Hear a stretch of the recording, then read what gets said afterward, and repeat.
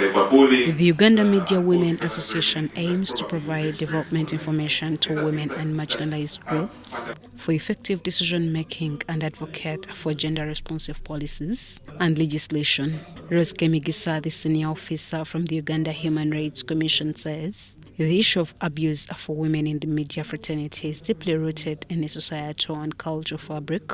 She therefore calls for urgent need to address the root cause and bring perpetrators to book. Linkage of gender-based violence in physical spaces and the online violence, the wider implication of harassment of individual women journalists to the wider journalism profession and media as a business, and to the general human rights landscape. So it's not just about attack on one female journalist.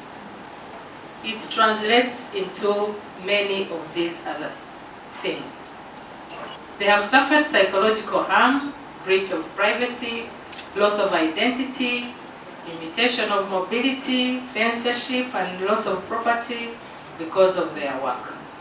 Creation of awareness on the violations meted against female journalists was among the many of the objectives for the stakeholder meeting in media fraternity, organized on the theme of strengthening safety and security mechanisms for female journalists. We are calling on to the regulator and all government agencies that speak to media to gender mainstream the media and legal regulatory framework that can create an environment which is safe for both female journalists and male journalists to practice their press rights.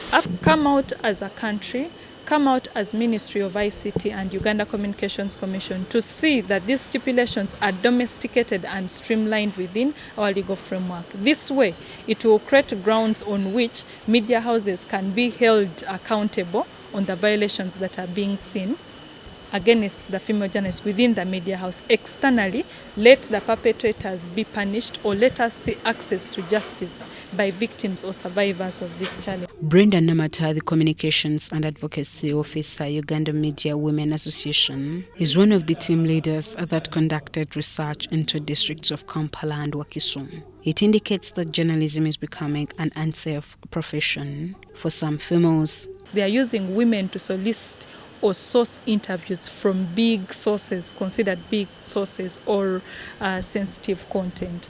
And so here we discovered that whereas all these violations are happening, there are no mechanisms within media houses which are called the safety policies and channels where female journalists can go and report these violations. Therefore, there's a breed of a silent culture. The Uganda Media Women Association, formed in 1993, also aims to raise the status of Uganda's women, especially those in rural communities, getting involved and freely participate in development programs. Shaidat Nasakum, Robert Katamba, UBC. Harassment through sex, for adverts, interviews, and cyberbullying, all which are challenging.